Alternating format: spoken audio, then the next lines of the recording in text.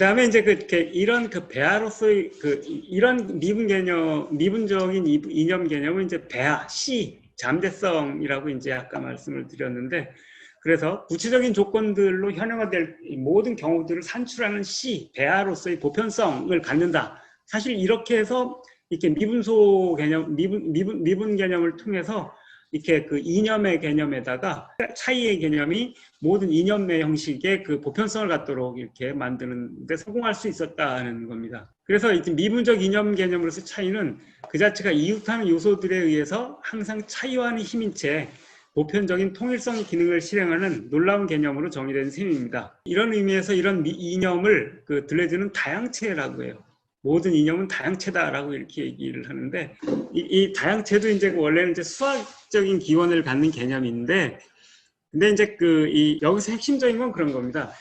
어떤 것들이 안정성을 갖지만 계속 달라질 수 있는 그 가변성의 여지에 열려 있는 이런 이 조건, 이런 것을 이제 다양체라고 얘기를 해요.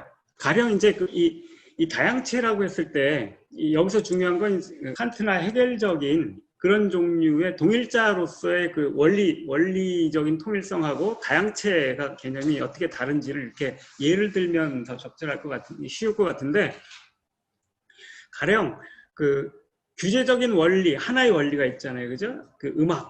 음악이라고 했을 때 서양 음악의 경우에는 규제적인 원리가 있어요.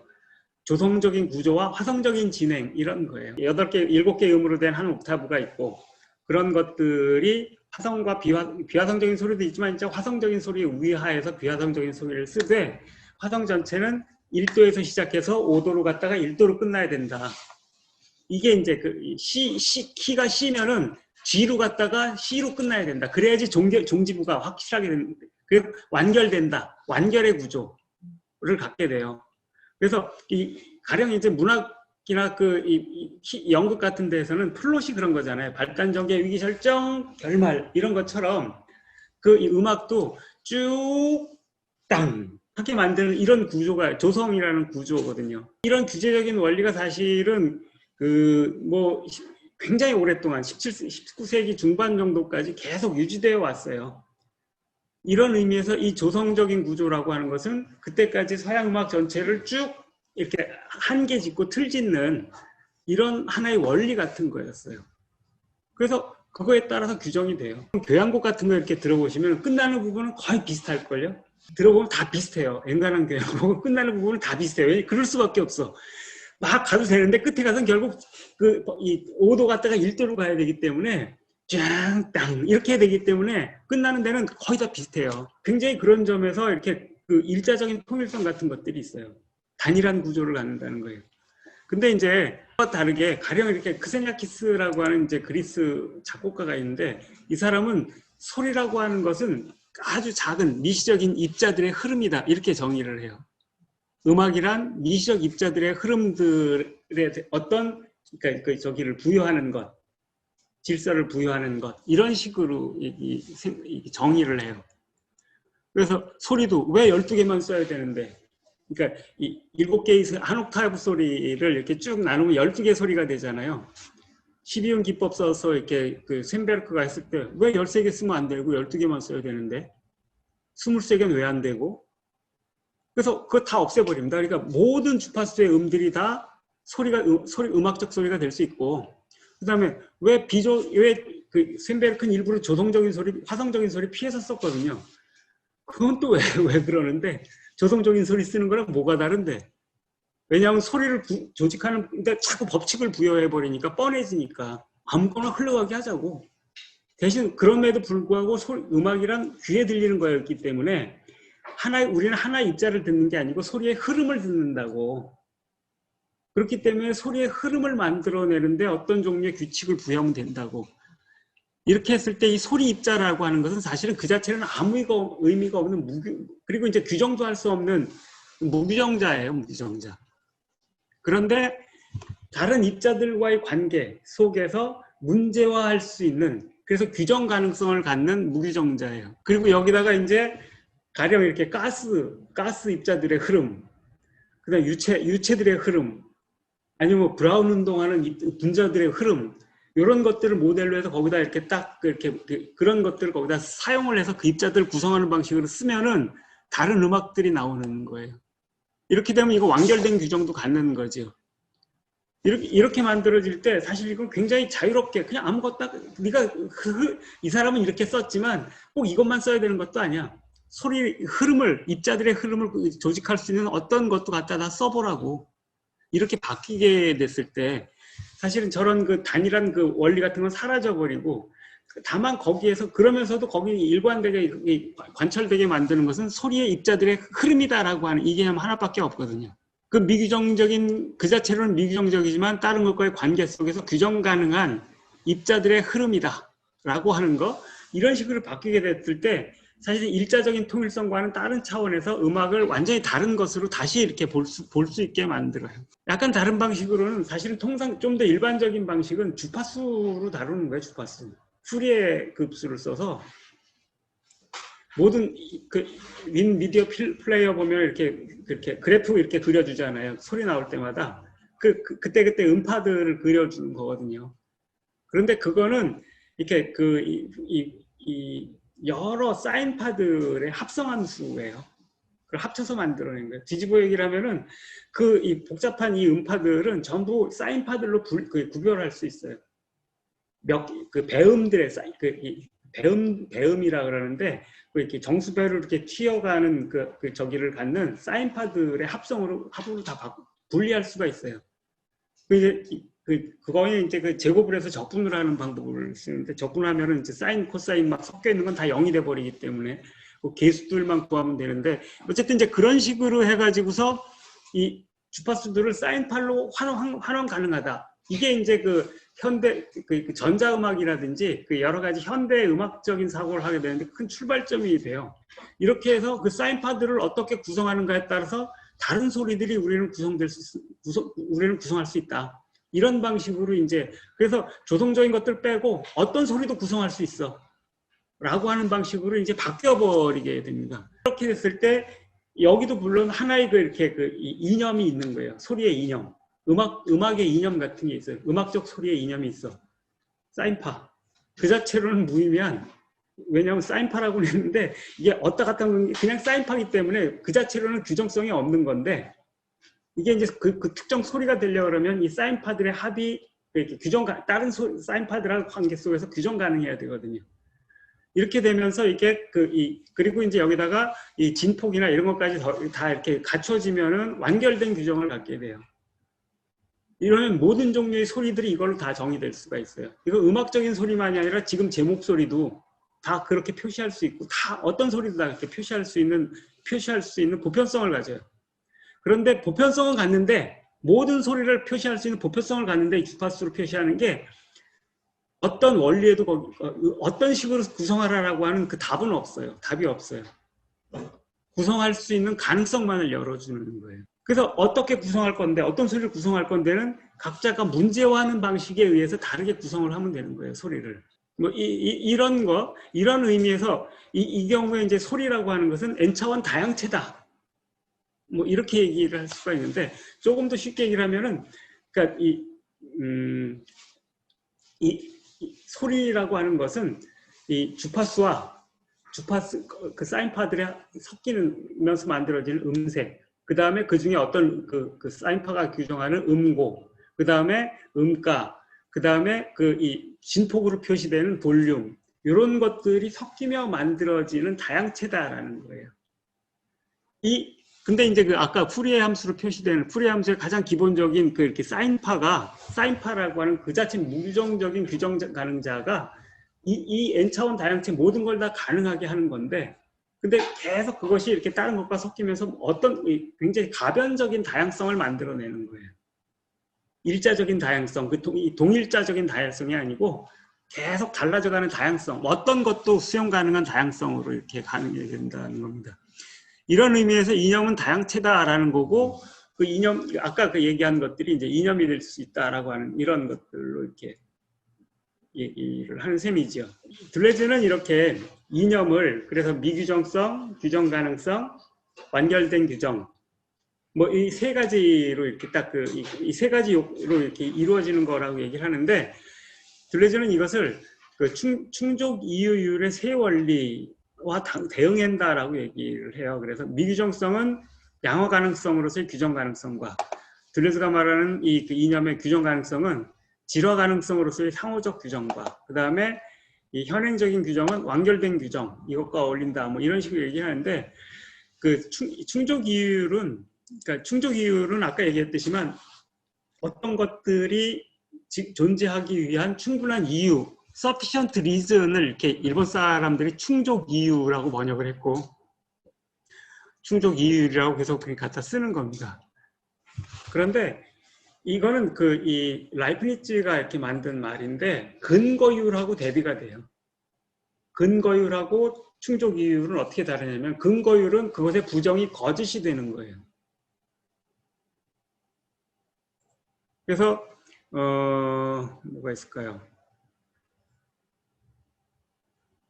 그래서 당연히 이제 필연적으로 성립되는 거 이런 게 이제 근거율이에요. 논리적이고 필연적인 거 이런 게 이제 근거율입니다. 뭐 사람의 목을 자르면 죽는다. 그것의 부정은 성립되지 않잖아요. 이런 건 이제 근거율이라고 할 수 있습니다. 만약에 부정되는 사례가 있으면은 부정이 성립되는 사례가 있으면 목을 잘라도 안 죽는 게 있으면 그건 이제 성립되지 않기 때문에 근거율이 될 수가 없어요. 근데 이제 사실은 그래서 이 세상에 존재하는 것들에 대한 많은 설명은 그러니까 세상에 그것이 존재한다. 예를 들어서 스피노자가 모든 것은 다 그 이유를 갖는다. 모든 것은 다 필연적이다. 이렇게 얘기할 때 그 필연적이라는 말은 근거율이 아니고 그 충족 이유율이에요. 그냥 운전을 하는데 어떤 사람이 갑자기 확 끼어들었어. 그거는 근거율에 따른 게 아니야. 안 끼어들 수 있으니까 부정이 가능하잖아. 근데 끼어든 거는 뭐 우리는 저 X 왜 저래 라고 반응은 하게 되지만 그 사람은 여러 가지 끼어들 만한 이유가 있었던 걸 거라고. 급했거나 내가 나를 못 봤거나 뭘 착각했거나 등등 이런 이유 옳은가 그른가를 떠나서 무언가 어떤 이유가 있으니 거기 끼어들었을 거 아니에요. 그런 것들 때문에 사실 그건 그 이유가 있는 한 이 사람은 그렇게 할 수밖에 없었으니까 필연적인 거예요. 그런 의미에서 필연적이다 라는 거고 그리고 그렇기 때문에 사실 스피노자가 얘기하는 이것도 전부 이제 충족 이유이래요. 어떤 것들이 다 필연적인 것은 그럴 만한 이유가 있어서 그런 거다라는 거예요. 제가 지금 이렇게 어렵게 강의하는 것은 그럴 만한 이유가 있는 거예요. 이게 꼭 부정할 수도 있어. 근데 지금 뭐 하여튼 뭐 이렇게 그건 뭐 저 때문이 아니고 사실 이 들레즈 때문인데 이 책에 나오는 얘기를 충실하게 얘기를 하려다 보니까 이렇게 된 거예요. 근데 어쨌건 간에 그게 다르게 할 수도 있어. 이 책의 충실성을 접고 그냥 알기 쉬운 얘기, 핵심적인 얘기만 간단하게 던지지라고 생각하면 다르게 할 수도 있었을 테니까 이게 하는 것은 근거율에 따른 거는 아니에요. 다만 이건 이렇게 해서 이걸 최대한 어쨌든 이렇게 이해시켜주고 싶다 등등 하면서 여러 가지 상황에 대한 판단들이 섞이면서 이렇게 한 거니까 이런 게 이제 충족 이유율인 거지요. 그렇기 때문에 근데 이제 충족 이유율에 대해서 들레즈는 이제 세 가지 요소가 있다는 거예요. 양화 가능성이 있어야 되고, 그 다음에 그 질화 가능성, 상호적 규정이 있을 수 있어야 되고, 완결된 규정이 있어야 된다. 이렇게 얘기를 하는데, 이건 라이프니츠가 이해했는지는 잘 모르겠어요. 그 라이프니츠를 이리저리 찾아봤는데 못 찾았어요. 라이프니츠는 뭐 이렇게 핵심적인 저작이 있는 사람이 아니라서 찾기가 힘든데, 뭐 많이 찾아보진 않았지만 어디서 보질 못했어요. 근데 어쨌든 들레즈는 이렇게 얘기를 하면서 자기의 세 가지 규정에다가 대응을 시키고 있는데 이 사람은 지금 이렇게 그 차이를 이렇게 이념화하려고 하는데 이념화하는 것은 보편화하는 것이고 보편화한다라고 하는 것은 어떤 그 나름의 필연성을 갖는 것을 담고 있는 거잖아요. 보편적 타당성 같은 것들을 담고 있는 건데 이걸 그런데 이 사람은 명백하게 충족 이유율로서 다룬다라는 거예요. 근거율로서 다루지 않는다는 거예요. 즉 이거는 부정이 성립되지 않는 이런 게 아니라는 거예요. 만약에 차이가 하는 힘이 이 모든 걸 만들어내라고 하면서 이것을 근거율이라고 해버리면 차이라는 이름의 동일자가 돼버려요. 부정할 수 없고 어디로서 성립하는 게 되는 거니까. 근데 그게 아니고 충족이율, 이미 존재하는 것들을 설명하는 것들, 존재하는 것들은 요거에서 나온 거야 라고 설명하는 방식으로 포지팅을 하겠다라고 하는 이런 문제의식을 이렇게 충족이율이란 말로 하고 있는 거예요. 그래서 이게 어떻게 다른가? 가령 이게 자본주의라고 하는 것을 이전에 막스주의에서는 전부 이렇게 자본주의와 역사라고 하는 것을 근거율에 따라서 이렇게 설명을 했어요. 역사 법칙이라는 게 있다. 필연적인 역사 법칙이 있다. 들어보셨죠? 그래서 어느 사회나 원시공산제에서 노예제 사회를 거쳐서 봉건제 사회를 거쳐서 자본주의를 갖다가 공산주의로 가는 필연적인 법칙이 있다. 라고 하는 게 근거율로 제시가 됐었어요. 그러다 보니까 거기 안 간 사회는, 아직 자본주의가 안 된 사회는 덜 떨어진, 아직 느린 거야. 아직도 남들은 저기 갔는데 얘는 느린 거야. 이러니까 이제 우리도 근데 갈 뻔했어 라고 하면서 자본주의 맹아를 찾아내려고 하고, 우리도 그만큼 처지진 않았어 라고 하려고 하게 되거나, 아니면은 심지어 이제 이렇게 폴리네시아에 있는 그 원시사회 같은 데 가서도 그런 역사 법칙의 요소를 찾아내려고 하는 거예요. 그리고 그 도시에 맞춰서 조선시대는 노예제 사회였다. 아니다. 봉건제 사회였다. 이런 거 가지고 싸움을 하는 거예요. 근데 이렇게 하다 보면 역사가 정말 황당하거든요. 봉건제는 사실은 일본 같으면, 아시아 사회에서 일본 같으면 봉건제랑 잘 맞아요. 굉장히 비슷하거든요. 거기도 장원, 영주가 있지만 여기도 이렇게 막부가 있고 저기가 이렇게 쇼군들이 있고 등등 하니까 그거 단위로 수익되는데, 조선이나 중국은 안 그렇거든요. 해석이 안 되는 거예요. 그런데 어쨌든 역사 법칙이라니까 막수자들은 거기다 맞추려고 하다 보니까 경강부회에다가 막 이렇게 하게 되는 거예요. 이게 근거율로 설명하려는 시도들이 이런 식으로 있었다는 거예요, 실제로. 그러다 보니까 어디나 다 역사를 설명하는데 사실은 실패를 했다고 봐요. 그렇게 보여요. 지금 제가 보기에는, 저도 그렇게 설명해 보려고 애를 썼는데 지금 보기에는 아니었던 것 같아. 이런 생각을 하는데, 이게 근거율하고 충족이율을 헷갈려서 그런 거야. 보편성을. 그리고 근데 이게 과학을 추구하는 사람들은 전부 근거율에 따라서 설명하고 싶어 해요. 왜냐하면 충족이율은 있는 것들을 해명하는 거에 지나지 않는데, 거긴 법칙 같은 게 없거든. 법칙적으로 이것들을 설명할 길이 없어요. 과학은 언제나 일반적인 법칙으로 그걸 설명하려고 하고 싶어 하기 때문에. 그래서 과학에서도 이런 이렇게 충족이율을 근거율로 자꾸 오인하려고 하는 경향들이 나타나는 게 진화생물학이더라고. 이렇게 쭉 보다 보니까 아이러니하게도 저는 어떤 거였더라? 매민가 뭔가가 이렇게 땅속에서 13년인가를 살다가 이렇게 밖에 나와서 일주일 살고 싶고 이러잖아요. 네? 7년인가요? 7년이 그건 뭐였더라? 다른 게 아니고 13년짜리였는데 뭐 있었어. 근데 그 얘기를 하면서 사실 그거는 그렇게 살만하니 그렇게 하는 거잖아. 그거는 걔가 조건에 맞춰서 그렇게 산 것뿐이야. 그런데 얘가 왜 13년을 거기 땅속에 있을 수밖에 없는가를 설명하면서 소수라는 거야. 이게 소수. 그러니까 그럴 수밖에 없는 이유, 즉 근거율로 부정이 성립 안 되는 어떤 걸로 설명하고 싶어 하는 거야. 이런 거. 그 다음에 이제 이렇게 진화생물학에서 이렇게 유전자 비율로 사회생물학에서 많이 그렇게 하거든요. 서로가 공유하고 있는 유전자 비율에 따라서 그 관계가 좋아하는 정도가 달라진다고. 그래서 할아버지가 손주를 좋아하는 것보다 엄마가 이렇게 자식을 더 좋아하는 이유는, 얘는 유전자를 나랑 50%를 공유하고 있는데 할아버지는 25%밖에 공유하고 있지 않거든. 이래서 그렇다. 이게 친족 관계를 이런 식으로 설명해요. 이런 게 이제 사람들의 행위를 필연성에 의해서, 수학적 필연성으로 설명을 하고 싶어 하는, 이런 게 근거로 설명하고 싶어 하는 거예요.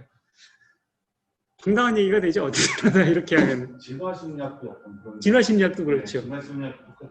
네. 그게 자꾸 근거율로 설명하고 싶어요. 법칙이 있어야 과학이라고 생각을 하는 거예요. 꼭 법칙이 있어야 과학이 되는 게 아닌데, 딱 이것도 일종의, 그래서 이제 원리적인 통일성을 추구하려는 이런 종류의 사고방식, 이게 형이상학적인 사고방식이라고 저는 생각하는데, 이런 사고방식이 거기 있는 거예요.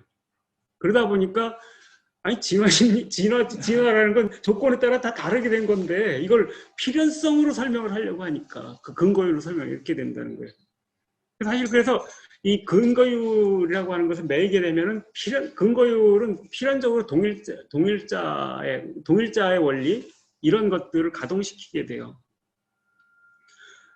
근데 만약에 이제 이런 자본주의에 대해서 이제 충족이율의 설명 방식을 사용한다 그러면, 가령 아까 충족 이율이 양화 가능성, 질화 가능성, 완결된 규정 이 세 가지를 요소로 간다 그랬잖아요.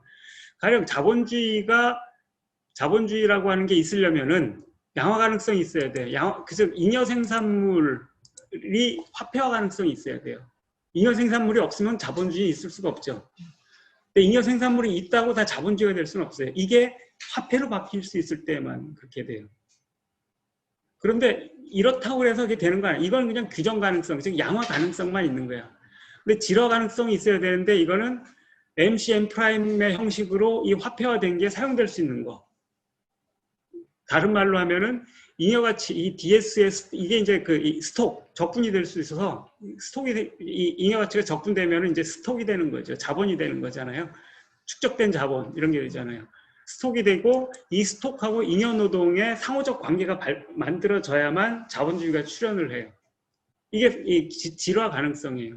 그런데 이런 것들이 각각 있다고 하더라도 사실은 이게 그 자본주의가 되지는 않는데 많은 경우에 잉여 생산을 하자 할 뿐만 아니라 인디언 사회 포틀레츠처럼 이 자연 발생적인 잉여를 파괴해버려요. 낭비와 파괴, 소모 이런 것들을 해서 없애버려요. 이게 잉여노동하고 결합되는 걸 저지하려는 메커니즘이 거기 있는 거지. 근데 이제 잉여 생산물이 양화돼서 일반화된 부의 흐름이 되고 노동력이 생산 조건에서 분리돼서 그냥 불황자들의 흐름, 일반화된 그 노동의 흐름이 되게 되면서 양자가 결합될 때 비로소 자본주의는 출현을 하게 되고 완결된 규정을 갖게 돼요. 이를 위해서는 본원적 축적, 엔클로저라고 하는 게 필요해요. 이 조건이 있을 때만 돼요. 그래서 이 규정을 이렇게 해도 실제로 이게 없으면 있을 수가 없어요. 그런데 이것이 다가 아닌데 나중에 나올 얘기를 미리 하는 거지만 이런 것들이 발생하려고 그러면은 사실은 이렇게 구체적으로 구체적인 이 개체화 조건, 개체화 양상 같은 게 이제 필요해집니다. 많은 경우는 사실은 이 자본주의는 자연 발생적으로 일어난 게 아니고 식민주의자들에 의해서, 그러니까 영국이나 몇 군데 빼놓고는 다 식민주의자들에 의해서 강제로 진행된 이런 행위에 의해서 이루어졌어요. 이런 것 때문에 사실 자본주의가 내재적으로 내화가 있었다라고 하는 많은 얘기들은 제가 보기에 이제 부적절하다라고 생각을 하는데, 이런 방식으로 이제 그래서 이런 것들이 있어도 잘 안 된다, 나타나지 않는다. 있는 지역은 그런데 이런 게 나타나서 한 거다라는 방식으로 설명하는 거.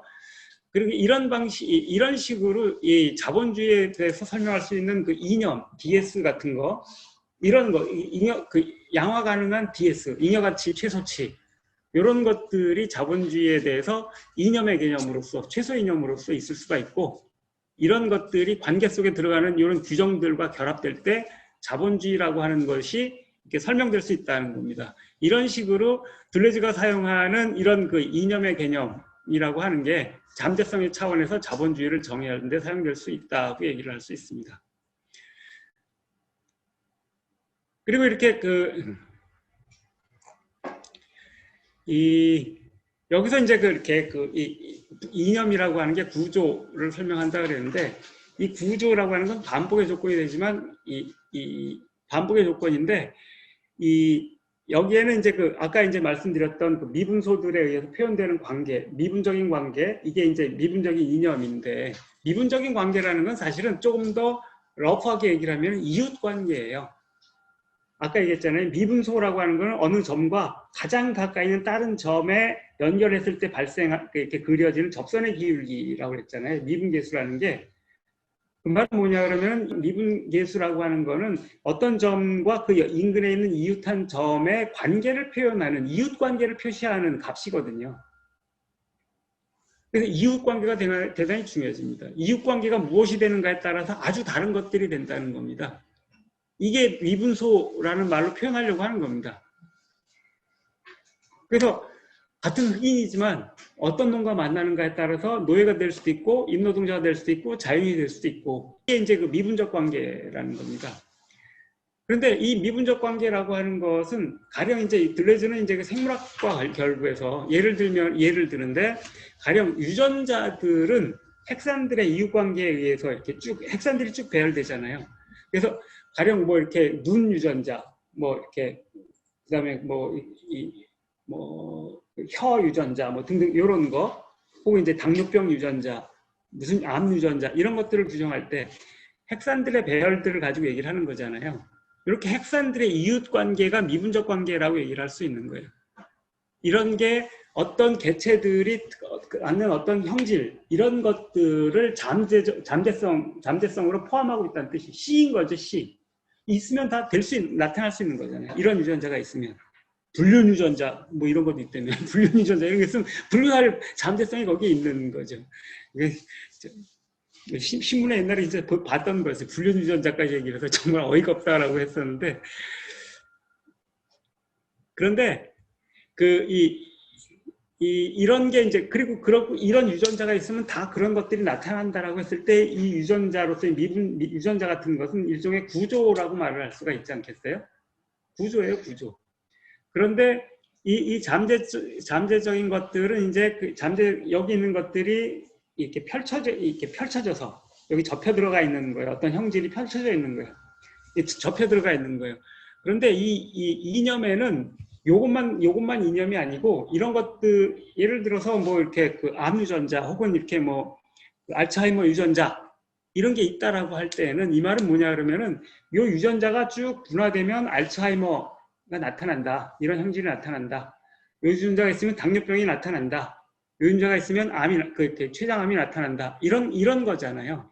그 말은 뭐냐 그러면은 사실은 이 유전자 개념 안에 분화된 상태가 이미 함축되어 들어가 있는 거죠. 분화된 상태는 완결된 규정이거든요. 사실 이 유전자가 있다고 항상 이렇게 되지는 않아요. 암 유전자가 있어도 이런 것들을 저지하는 수많은 요인들이 그 안에 있기 때문에 실제로는 이렇게 표현형으로 나타나지 않거든요. 생명 유전자가 있다고 생명이 되는 게 아닌 것처럼 암도 그렇고 당뇨병도 마찬가지예요. 당뇨병 유전적인 배 있다라고 하더라도 꼭 그렇게 되지 않거든요. 그렇기 때문에 이 미분적인 관계가 있다 해서 언제나 이게 나타나지는 않지만 이런 유전자가 있다라는 건 사실은 이런 표현형질을 함축하고 있다라고 하는 점에서 이 잠재성 안에는 분화라는 개념이 포함되어 있는 거예요. 이게 분화가 되면 그 형질로 나타나는 거니까. 그래서 아까 이제 이렇게 이념 안에 미분적 관계 완결된 규정까지 포함되어 있었잖아요. 완결된 규정은 분화됐을 때 나타나는 거예요. 이 미규정자와 규정 가능성한 것도 완결된 규정이 있었을 때 완결된 규정은 분화에 해당되는 건데 요거까지 다 포함하는 거예요. 그래서 이념이라고 하는 게 이념은 구조다라고 할 때 그 구조는 이런 잠재성이 분화되어서 나타나는 형질까지 다 포함하는 거죠. 이런 것은 이 미분적 관계라는 건 보편성을 갖는 거예요. 이런 게 있으면 다 이렇게 될 수 있다는 거니까 부정할 길 없지요.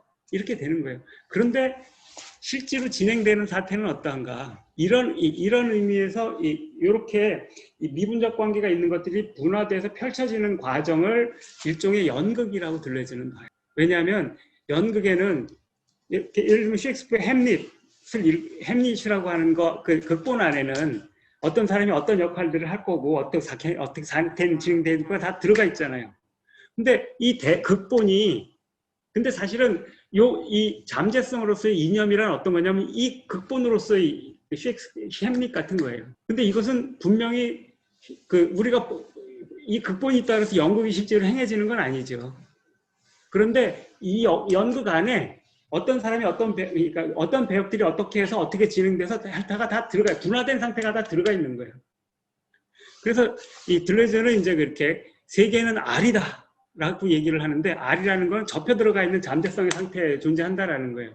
그런데 이것은 다 어떻게 펼쳐질 것인가 하는 것이 다 저장되어 있는 R이라는 점에서 세계는 어떤 R이지만 R은 그 자체가 어떤 연극이다. 이게 펼쳐지는 게 연극이야.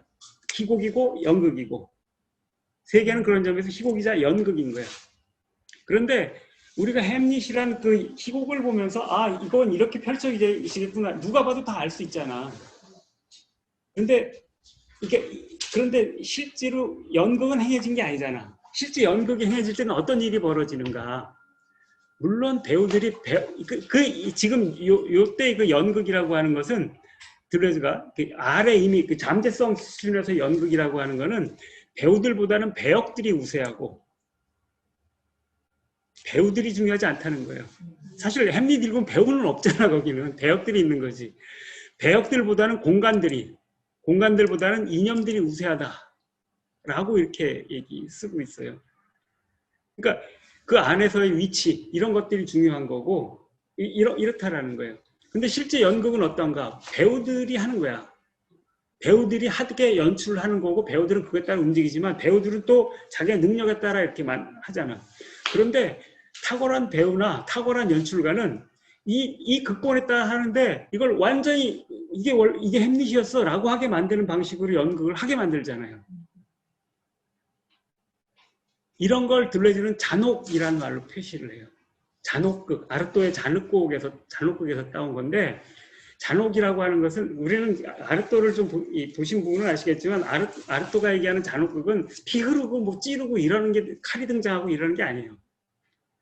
잊을 수 없는 강도, 지워지지 않는 강도 같은 걸 크루얼리티라고 잔혹성이라고 얘기를 하거든요.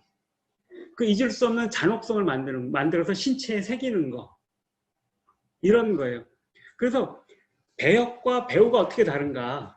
같은 배역이지만 배우들이 어떤 얼굴에 어떤 강도의 분포를 만들고 신체를 어떤 강도의 분포를 분포에 따라 만드는지에 따라서 우리는 똑같이 움직이는 것 같은데도 와 하는 배우가 있고 뭐 하고 있어 이렇게 하는 배우가 있잖아. 그래서 무슨 연극인지도 모르는데 그 잊혀지지 않는 몸짓 하나는 잊혀지지 않는 이런 종류의 연기를 보기도 하지만 그냥 내용도 다 알겠는데 그냥 싹 보고 그냥 싹 있는 이런 경우도 있잖아요. 이 차이. 사실은 들레즈가 이제 여기서 그러니까 분화라고 하는 것까지는 이미 잠재성의 수준에 있는 거, 현행화되는 것을 포함하지만 실제로 문제가 되는 것은 이것을 가로질러 버리는 개체화의 선이에요. 연극들의 실제로 행해지는 연극은 개체화 과정이라고 부르는 거예요. 이 개체화 과정이 그런데 그 개체화 과정은 배우들의 연기처럼 강도적인 건데 그때 조건에 따라서 다르게 행해지는 거잖아요. 이 사람의 신체적 조건과 정신의 조건, 이웃관계, 그 다음에 공간, 연출자, 뭐 이런 돈 이런 것들에 따라서 다르게 행해지는 건데 이거에 의해서 사실은 이 연기가 배역을 초과해버릴 수 있잖아요. 이런 의미에서 이건 초과될 수 있다라는 거예요. 개체화도 그렇다는 거예요. 생물학적 개체화도 이런 유전자가 있으면 이런 거 나오고 이런 유전자가 있으면 나오고 그래서 이런 게 쭉 합쳐져서 어떤 기관들의 총체로서 유기체가 나오고 이 유기체는 인간이라는 종에 속하는지 닭이라는 종에 속하는지 거북이라는 종에 속하는지 이런 것들은 다 이미 할당돼 있잖아요. 유전자를 보면 다 나오는 거잖아요. 그렇잖아요?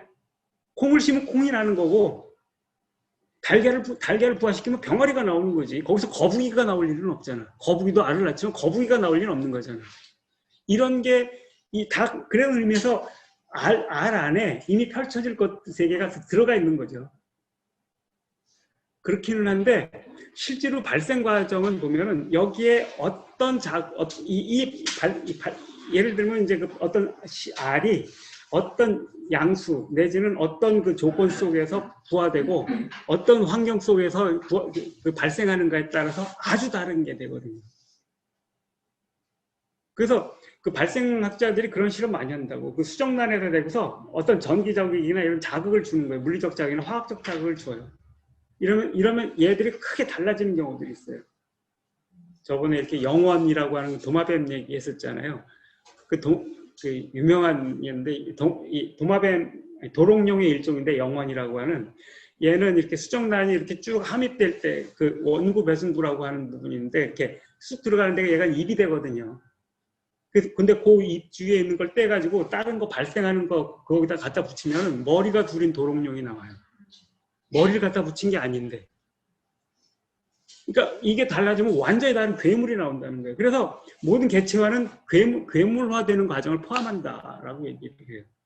왜냐하면 강도적인 조건에 따라서 예정된 분화, 잠재성 안에 접혀있는 분화가 진행되는 게 아니고 밖에 있는 강도적 조건들이 안에 접혀 들어가면서 굉장히 다른 종류의 괴물적인 개체화될 수 있다는 거예요. 그 말은 뭐냐 그러면은 이념이라고 부르는 이 보편적인 시가 있었던 거잖아요. 그죠?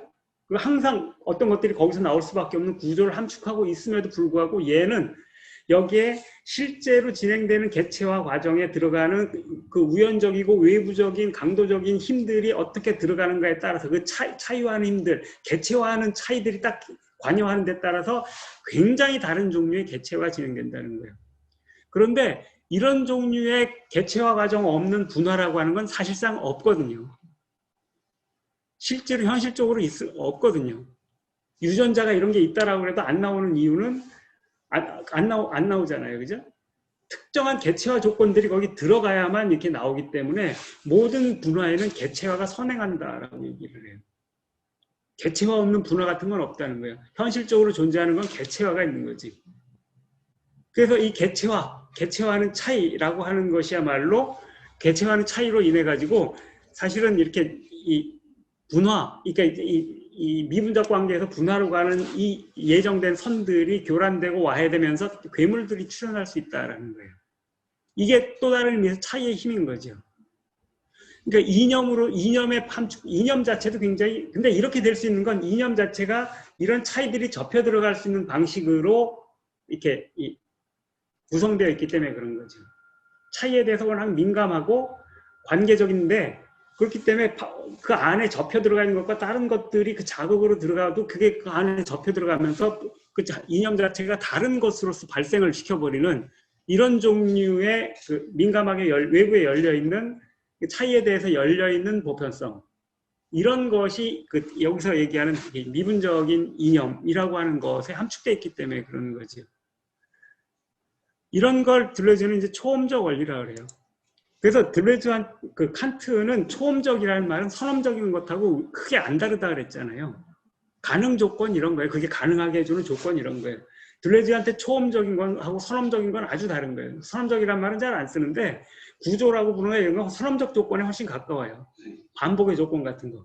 근데 이 사람한테 초험적인 건 넘어가 버리는 거거든. 이거 여기에서도 분화라고, 이념이라고 하는 이 미분적 관계에서 분화로 이어지는 이런 선험적 조건 같은 반복의 조건들, 이런 것들을 개체화는 언제나 넘어가 버리는 것, 이런 것을 원리로 삼는다라는 거예요. 이런 초험적 원리가 가능하게 만들어주는 것, 그건 개체화하는 차이고 그게 바로 강도다 라고 하는 거예요. 이게 그래서 이념이라고 하는 것들을, 이념이라고 하는 게 이제 문제로 쭉 펼쳐지면서 펼쳐지는 것과는 다른 차원에서 이런 것들을 다시 이런 것들을 접어넣는 봉인의 과정, 봉인과 관련된 것, 이것에 관한 물음이 던져져야 된다라고 했을 때 그런 강도, 개체화하는 차이에 관한 물음, 이런 것이 이제 거기서 던져져야 된다라는 뜻인 거죠. 그리고 이런 의미에서 들레즈는 그렇게 이런 이념의 잠재적인 장은 전개체적이다. 즉 개체랑 상관없이 어떤 개체라도 이런 유전자가 있으면 이렇게 될 거야 라고 하는 거잖아요. 그런 점에서 전개체적 관계, 전개체적 잠재성이라고 얘기를 해요. 그런데 개체화는, 그러니까 이념의 잠재성이 전개체적이라면 개체화는 본질적으로 강도적이다 라는 거예요. 아까 개체화하는 차이는 강도적이라고 그랬잖아요. 개체화하는 차이, 경험적 개체성이 이념에 포함된 분화의 선을 가로지르고 선험적 조건이 규정적 힘을 행사하는 영역을 초과하게 만드는 이치, 그게 바로 강도다라고 얘기를 할 수가 있겠고, 그래서 강도는 개체화고 강도량들은 개체화 요인들이다. 모든 개체성은 강도적이다. 이렇게 얘기를 해요. 그리고 여기서 들레즈가 정말 중요하다고 생각하는 건 뭐겠어요? 개체화예요, 개체화. 분화, 근데 이 개체화는 물론 아무리 그렇게 해도 이 달걀에서 거북이가 나오지는 않기 때문에 반복의 구조를 이렇게 반복의 구조에서 완전히 갈 수는 없어요. 그런데 그 반복의 구조 보편성이 보통 있는 거지. 근데 이런 것들을 가로지르는 괴물적인 개체화가 충분히 가능하다라는 거고, 사실은 이게 만들어내는 변이가 진화든 이런 것들을 만들어낸 거지요. 근데 어쨌건 이런 의미에서 분화와 개체화는 다르다라는 거고, 이 두 과정을 혼동하는 것은, 그래서 개체화라는 것을 보통은 이제 분화라는 모델이 있고 개체화는 그거의 한 사례 혹은 극단 이렇게 생각을 하잖아요. 좀 더 구체적인 거 이렇게 얘기를 하는데, 이렇게 보면은 이 복잡화된 분화의 극단 이렇게 환원해 버리면은 어떤 경우라 해도 차이의 철학 전체를 위험에 빠뜨리기 마련이다 이렇게 얘기를 해요. 왜 그러냐면은 개체적 차이를 종적 차이로 혼동하는 거. 그래서 종차로 혼동하는 거. 이게 이제 이런 거잖아요. 그래서 개체적 차이를 그 종 안에서의 차이 이렇게 설명을 해버리거든요. 분화는 종별화되는 거예요. 그렇잖아요. 이런 유전자가 있으면 이렇게 나온다는 어떤 그런 게 완성된 게 종이잖아. 인간이라는 종, 거북이라는 종, 닭이라는 종. 이 종별화예요. 분화는 종별화로 귀착돼요. 질화라고 하는 것도 이거예요.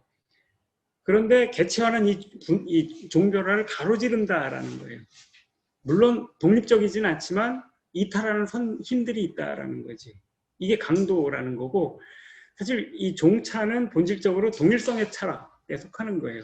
종적인 차이를 종 안에다가, 종적 차이는 유 안에, 속 안에다가 이렇게 그 동일성 안에 귀속시키는 거거든요.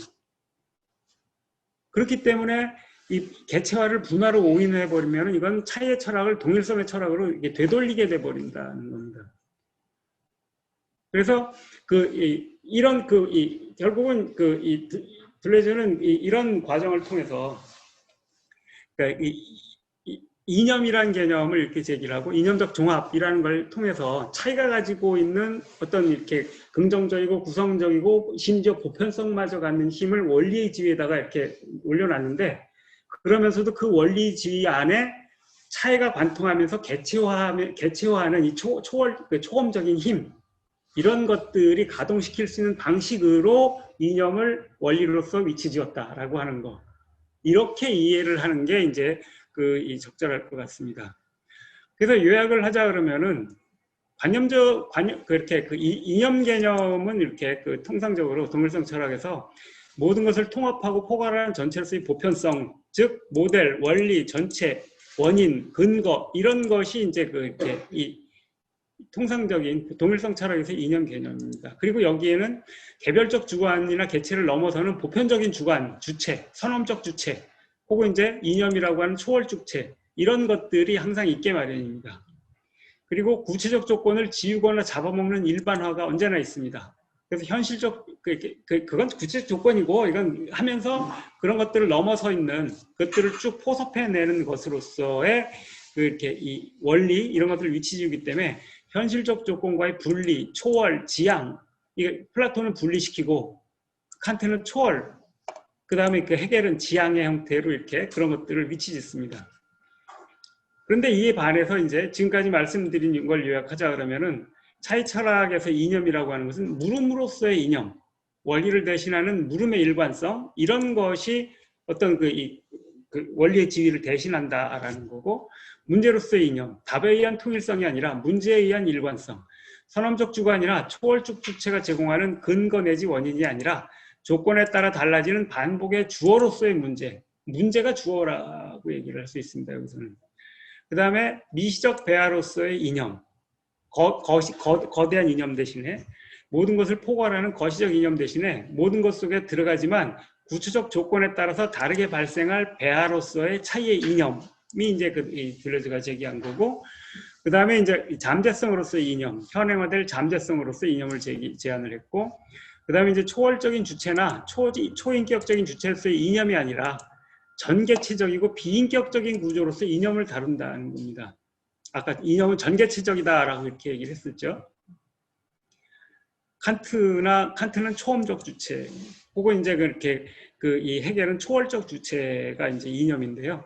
그 다음에 이제 이념에 합치시키는, 이념에 부합시키는 활동, 헤겔이 그랬죠. 이념에 맞게 부합하게 변형시키는 활동, 이런 게 아니라 이념마저 바꿔버리는 조건으로서의 개체화, 이념의 일면으로서의 개체가 아니라 이념마저 변형시키는 이 변형으로서의 개체화, 이런 것을 정의했다라는 거고, 결국 개체적 차이를 지우는 보편성이 아니라 개체화는 차이에 의해서 가변화되는 보편성으로서 보편성을 초과하는 개체화의 괴물적 힘을 불러들이는 장으로서 이념을 정의한 거다라고 얘기할 수 있을 것 같습니다.